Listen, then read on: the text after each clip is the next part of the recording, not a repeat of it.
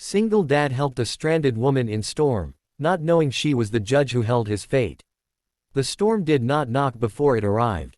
It tore through the night like a warning that came too late, rattling the windows of the small car as rain slammed against the windshield and wind howled like something alive and angry. The road ahead was nearly invisible, swallowed by darkness and sheets of water, and yet a single man drove on, his knuckles white on the steering wheel, because turning back was not an option when a child was waiting at home and hope was already in short supply. If you believe in kindness, second chances, and the quiet power of doing the right thing even when no one is watching, please take a moment to like, comment, share, and subscribe to this channel. Stories like this exist because people still believe that goodness matters. He was a single father named Daniel, though the world rarely bothered to remember his name. To most people, he was just another struggling man trying to keep his life from falling apart.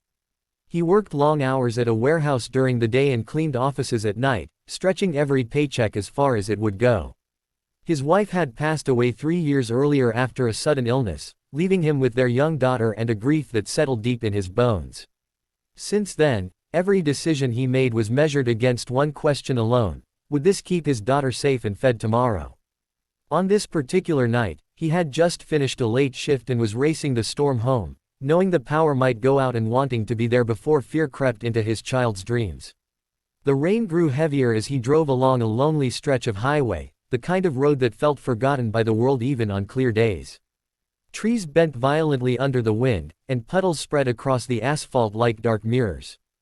Daniel's old car shuddered, protesting every mile, and anxiety tightened in his chest as he imagined breaking down in the middle of nowhere. He had no savings for repairs, no safety net, and already too many problems waiting for him. That was when he saw the headlights flickering ahead, angled oddly toward the ditch, hazard lights blinking weakly through the rain. He slowed instinctively, heart pounding as he realized someone was stranded. Part of him screamed to keep driving. He was exhausted, soaked with stress, and the storm was dangerous. Another part reminded him that he had once prayed desperately for help when his own car died years ago, holding his sick wife in the back seat, terrified and alone. That memory settled the argument before it fully formed. He pulled over, rain instantly drenching him as he stepped out, the wind nearly knocking him off balance. The stranded car was newer, expensive looking, but its hood was open and steam hissed into the night. Inside sat a woman, her face pale, eyes wide with fear as she gripped the steering wheel. She looked completely out of place on that dark road, wearing a professional coat now soaked through, her hair plastered to her face. Daniel approached slowly, keeping his movements calm, trying to offer reassurance without words. He checked the engine first, though he knew enough to realize this was beyond a simple fix. The storm had done more than stall the car, it had trapped her. He motioned for her to come sit in his car where it was safer and warmer. It took time for her to trust him enough to move, but eventually she followed, shivering as she settled into the passenger seat. Daniel wrapped his own worn jacket around her shoulders without hesitation, ignoring the cold seeping into his skin. He told himself that decency was not something you rationed when times were hard.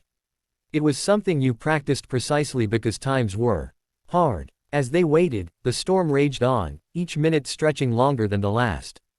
Daniel called roadside assistance, only to learn that help would be delayed for hours due to the weather and multiple accidents. The woman's fear deepened, and Daniel felt the weight of responsibility settle on him. Leaving her alone was unthinkable. Taking her with him was risky, but safer than the alternative. He made the decision quietly, turning the car around and driving toward his modest home, hoping the power was still on and that his daughter was asleep. The drive felt endless, but eventually the lights of his neighborhood appeared through the rain. His house was small, old, and in need of repairs, but it was clean and warm enough. Inside, his daughter slept curled up on the couch under blankets, a nightlight glowing softly beside her. Daniel gently guided the woman inside, offering her dry clothes and a towel, moving with the awkward humility of someone who had little but gave anyway. The woman watched him with something like disbelief, taking in the simplicity of his life and the tenderness with which he checked on his child. Over the next hours, the storm slowly lost its fury, leaving behind a heavy silence. The woman learned pieces of Daniel's life through observation rather than conversation. She saw the overdue bills on the counter, the repaired toys that had clearly been fixed rather than replaced, the tiredness etched into his face that no amount of sleep could erase. She also saw his kindness, not loud or dramatic, but steady and sincere. He made sure she was comfortable before worrying about himself, never once asking for anything in return. What Daniel did not know was that the woman sitting in his living room, wrapped in borrowed warmth, was a judge. A respected one. A woman whose name carried weight in courtrooms and whose decisions had altered countless lives. He did not know because she never mentioned it, and because in that moment, titles felt irrelevant. She was simply someone who needed help, and he was someone who could offer it. Fate, however, was already weaving threads far beyond that stormy night. Weeks passed, and life returned to its familiar rhythm of struggle for Daniel. Then came the letter he had been dreading. A court summons. A misunderstanding involving a property dispute with his landlord had escalated into a legal nightmare he could not afford. The thought of losing his home crushed him. He imagined his daughter asking why they had to leave, and he had no answer that would not break her heart. He prepared himself for the worst, walking into the courthouse with the quiet resignation of someone who had learned not to expect mercy from the world. When Daniel entered the courtroom, his breath caught in his throat. Sitting at the bench was the woman from the storm. She looked different now, composed and authoritative, her presence commanding respect. For a moment, he wondered if exhaustion had finally tipped him into hallucination. But it was her. The same eyes. The same face. Recognition flickered across her expression as well, though her professionalism remained intact. Daniel's stomach twisted with fear, convinced that fate had played a cruel joke. As the case unfolded, Daniel stood alone, representing himself because he could not afford legal help. He spoke honestly, explaining his situation, his efforts to pay what he owed, his desperation to keep a roof over his child's head. He did not plead for sympathy, because pride and exhaustion had stripped that habit away long ago. He simply told the truth. The courtroom was silent as his words settled, heavy with the weight of a life lived on the edge. The judge listened carefully, her gaze steady, her expression unreadable.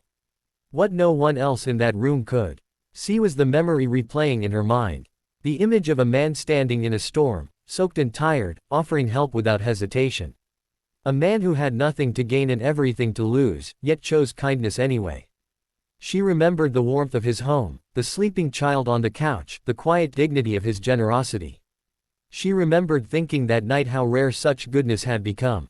When the ruling came, it was fair, compassionate, and rooted in justice rather than punishment.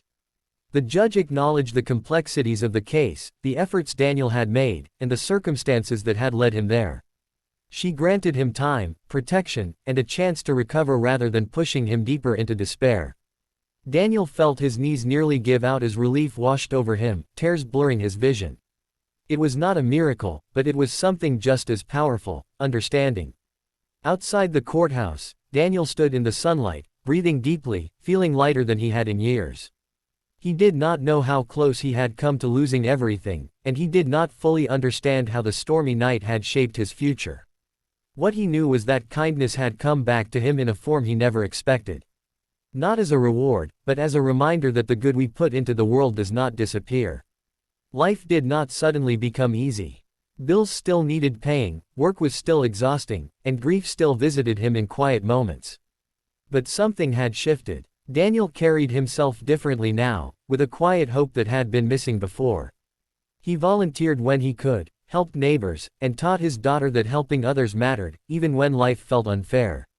The judge, from her side of the world, carried that lesson too, making decisions with renewed empathy, remembering the man who had reminded her why justice mattered in the first place. If this story touched your heart, if it reminded you that small acts of kindness can change lives in ways we may never see, please take a moment now to like the video, share it with someone who needs hope, and subscribe for more stories that celebrate humanity.